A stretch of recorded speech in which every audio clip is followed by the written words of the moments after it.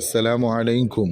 பேரன்பிற்குரிய பெருமானார் ஸல்லல்லாஹு அலைஹி வஸல்லம் அவர்கள் என்ற தொடரில் இன்றைய நாள் மதினத்து மண்ணில் ரௌலா ஷரீஃபில் மஸ்ஜித் நபவியில் ஸல்லல்லாஹு அலைஹி வஸல்லம் அவர்கள் வாழுகின்ற இந்த புண்ணிய பூமியில் இருந்து நபி ஸல்லல்லாஹு அலைஹி வஸல்லம் அவர்கள் நறுமணம் பூசுவதை பிரியப்பட்டார்கள். அனஸ் பின் மாலிக் ரலியல்லாஹு அன்ஹு அவர்கள் அறிவிக்கின்றார்கள், ஸல்லல்லாஹு அலைஹி வஸல்லம் அவர்கள் நறுமண பொருள் அன்பளிப்பாக கொடுத்தால் அவர்கள் மறுக்காமல் அதை ஏற்றுக்கொள்வார்கள்.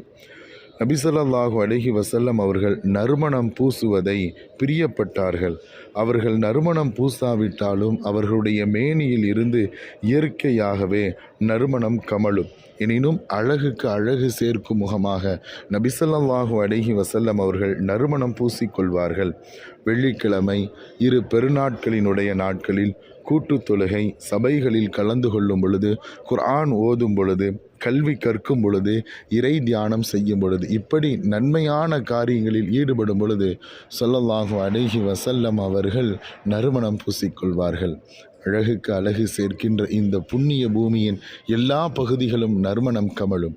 வாருங்கள், இந்த நன்மையான சுன்னத்தான காரியத்தை நாமும் நம்முடைய வாழ்வில் அனுதினமும் பின்பற்றுவோம். அல்லாஹ் அருள் புரிவானாக. அஸ்ஸலாமு அலைக்கும்.